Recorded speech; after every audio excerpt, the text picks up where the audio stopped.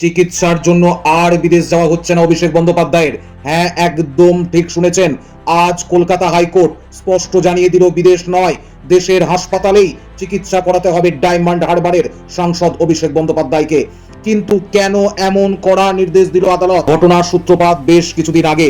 নিজের পুরনো চোখের চিকিৎসার জন্য 1 মাসের বিদেশ যাওয়ার অনুমতি চেয়ে আদালতে আবেদন করেছিলেন তৃণমূলের সেকেন্ড ইন কমান্ড। কিন্তু সুপ্রিম কোর্টের নির্দেশে আজ কলকাতা হাইকোর্টের বিচারপতি সৌগত ভট্টাচার্যের এজলাসে এই মামলার চূড়ান্ত শুনানি হয়। আদালত এর আগে নির্দেশ দিয়েছিল অভিষেক বন্দ্যোপাধ্যায়কে কলকাতার সরকারি এসএসকেএম হাসপাতালে স্পেশাল মেডিকেল বোর্ডের সামনে হাজিরা দিতে হবে। সেই বোর্ড পরীক্ষা করে দেখবে যে তার চোখের চিকিৎসা ভারতে সম্ভব কিনা। কিন্তু আজকের শুনানিতে অভিষেকের আইনজীবী পরিষ্কার জানিয়ে দেন, তার মক্কেল এসএসকেএম এর মেডিকেল বোর্ডের মুখোমুখি হতে রাজি নন। অভিষেক বন্দ্যোপাধ্যায়ের এই আপত্তির পরেই কড়া অবস্থান নেয় হাইকোর্ট।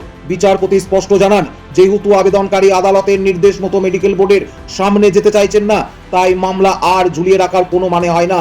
এই বলেই আদালত তার বিদেশ যাত্রার আবেদনটি সরাসরি খারিজ করে দেয়। প্রসঙ্গত, বিধানসভা নির্বাচনের সময় উস্কানিমূলক বক্তব্যের একটি মামলায় হাইকোর্ট অভিষেকের গ্রেপ্তারের উপর অন্তর্বর্তীকালীন ছাড় দিয়েছিল। তবে শর্ত ছিল, কোর্টের অনুমতি ছাড়া তিনি দেশ ছাড়তে পারবেন না। আজকের রায়ের পর সেই নিষেধাজ্ঞা বহাল রইল। চলুন এক নজরে দেখে নেওয়া যাক আসল বিতর্কটি কোথায়। অভিষেক বন্দ্যোপাধ্যায়ের বিরুদ্ধে একটি পুরনো ফৌজদারি মামলা চলছে, যেখানে শর্ত ছিল তিনি কোর্টের অনুমতি ছাড়া ভারতের বাইরে যেতে পারবেন না। তিনি বিদেশে চোখের চিকিৎসার জন্য যেতেও ছাড় চেয়েছিলেন। আদালতের যুক্তি, আইন সবার জন্য সমান। ভারতের চিকিৎসার পরিকাঠামো, বিশেষ করে কলকাতার এসএসকেএম হাসপাতাল অত্যন্ত উন্নত, যেখানে বিশেষজ্ঞ ডাক্তাররা যদি লিখে দিতেন যে এই চিকিৎসা ভারতে সম্ভব নয়, তবেই আদালত তাকে বিদেশ যাওয়ার অনুমতি দিত। কেন তাহলে মামলা খারিজ হলো? মামলা খারিজের একটাই কারণ, আদালতের স্পষ্ট বক্তব্য, অভিষেক বন্দ্যোপাধ্যায় যখন এসএসকেএম এর বিশেষজ্ঞ চিকিৎসক টিম দ্বারা নিজের চোখের পরীক্ষা করাতে রাজি নয়, তখন এই মামলা ঝুলিয়ে রাখার আর কোনো অস্তিত্ব নেই। তাই এই মামলাকে সরাসরি খারিজ করে তার বিদেশ যাত্রার উপর নিষেধাজ্ঞা আরোপ করল কলকাতা হাইকোর্ট। এই রায়ের পর রাজ্য রাজনীতিতে নতুন করে চাপানুতো শুরু হয়েছে। সাধারণ মানুষের মধ্যে এই বার্তা যাচ্ছে যে ভিভিআইপি বা সাধারণ মানুষ আইনের চোখে সবাই সমান এবং সরকারি চিকিৎসার পরিকাঠামোকে এড়িয়ে যাওয়া সম্ভব নয়।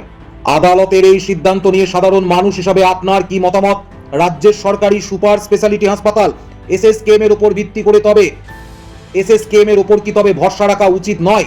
কমেন্ট বক্সে আপনার মতামত অবশ্যই জানান এবং ভিডিওটি লাইক ও শেয়ার করতে একদম ভুলবেন না।